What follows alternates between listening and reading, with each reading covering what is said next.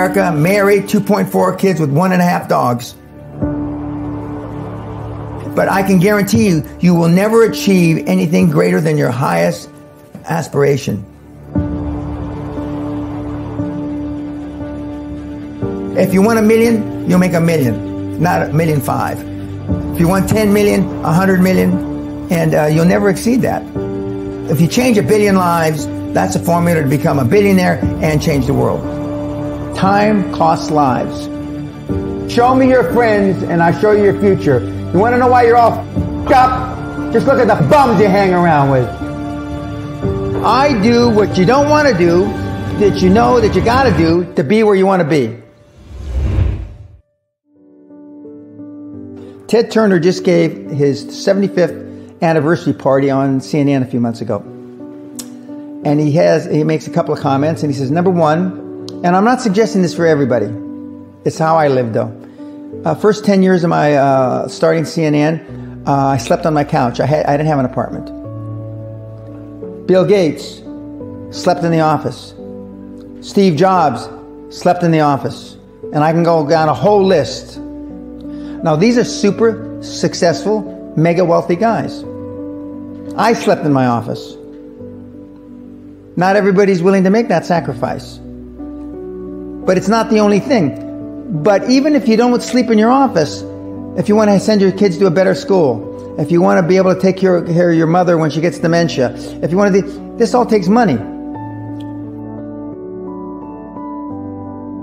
My children aren't getting any of my money when I die. Not one centavo, not one penny. And 2 of my kids are cool with it. One of them's not so cool with it. I'm not going to, I think Andrew Carnegie, by the way, Andrew Carnegie, arguably the richest, most successful entrepreneur of all time, he said the best thing that you can have for a child is him to be born into poverty. And I agree.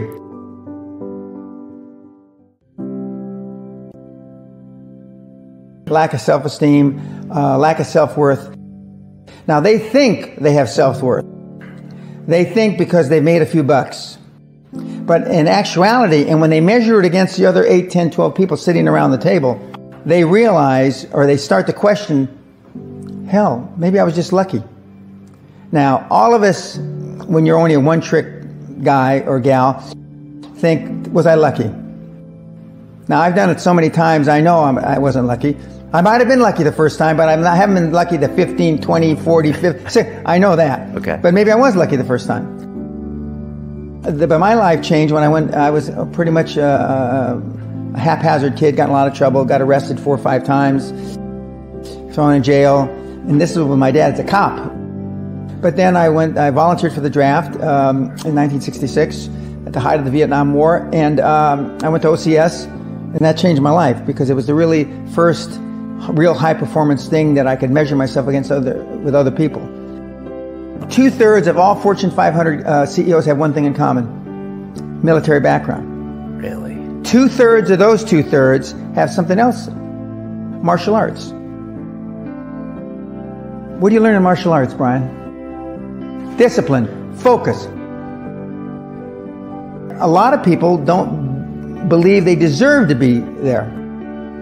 I convince them, and we have these drills, why you belong there.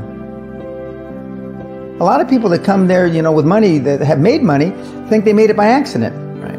I just had one of my superstars who's made $100 million tell me in the last week, I'm not sure I'm going to have another lucky accident. And I said, you did it. I mean, you tried a lot of things. I believe Thomas Edison, I wouldn't have done it 10,000 times. Okay. I would have hired an engineer from MIT to do it. But I mean, I've tried a lot of things. Nobody's failed at more things than I have. And the first 100 million are successes, but I could write a book about failures that'd be, because I've tried a lot of different things. Because failure is just testing.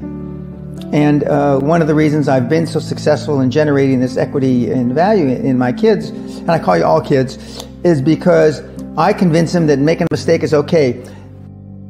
Your parents probably told you, you can be anything you want. But you can't. That's horseshit. You can't. if it's all juxtaposed. So, but what you tell them is that you can do anything you want that you have passion for, because that eliminates most of the crap. Because most people don't follow their dream. You know, like they say in The Sound of Music, you can't have a dream come true unless you have a dream. Now, I still dream. I dream in Technicolor. I say my affirmations and goals every single night. It's bloody hard to be a high-performance person. Perfection equals paralysis. If you left it to engineers, no car would ever come off the assembly line. No car would ever come off the assembly line. And I've been in business with enough engineers, I can attest to that with my hand on my heart. They'd still be trying to make it better. And the internet business is very much the same. The internet kids want to test and test and test, and they want the landing page to be this. And roll it out. The great thing about the internet is your results are instantaneous.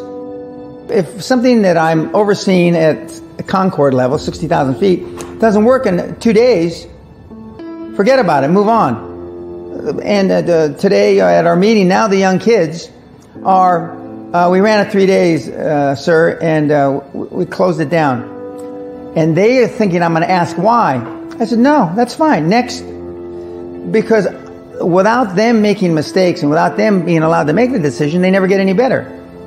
And 95% of the time, I know probably better than they do. We're never going to be able to know everything or have them know everything unless they make some mistakes and get comfortable with making mistakes. What gets measured gets accomplished. Without measurement, you're just fooling yourself. Before I had any money, I used to go to the Rolls-Royce dealers and sit in the cars and smell the leather, touch the leather, okay? I went to $1 million houses, and my wife and I would walk through the house, and they'd say, when are your parents getting here, kids? No, we are the buyers. Practice within when you're without. Practice being successful. How many people listening to this today practice being successful today? Through affirmations, through going to the Rolls-Royce dealer, maybe Lamborghini, maybe something else. Right. In my particular case, it was Rolls-Royce. And within a year of me going to Rolls-Royce dealer, I had a Rolls. Okay? Within 19 months of me dreaming and adding it to my goals, a castle on an island, I own Guthrie Castle. 19 months. Okay. Go to stores you can't afford. Go hire lawyers you can't afford. Lawyers will meet with anybody. Accountants will meet with anybody. Go to the big four accountants with a business idea. The first couple meetings are for free. Jettison probably a lot of the people you'll hang around with. If you have poor public speaking skills, join Toastmasters. Do these. If you went to a good school and you're not successful, go to the alumni deals. Okay? I didn't go to a good school. I'm a perfect living example that a lot of trouble as a kid, working class background, my parents, went to just a mediocre university that I flunked out of 3 times before I finally graduated with honors, but and had no money to begin with, $820. So it's all possible. But I devoted myself to feeling successful. I was wearing suits like this before I could afford them. Most people procrastinate because they're unsure, so just do it.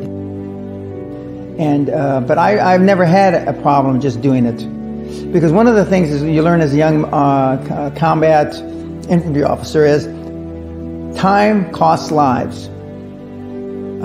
We overanalyze because we're unsure.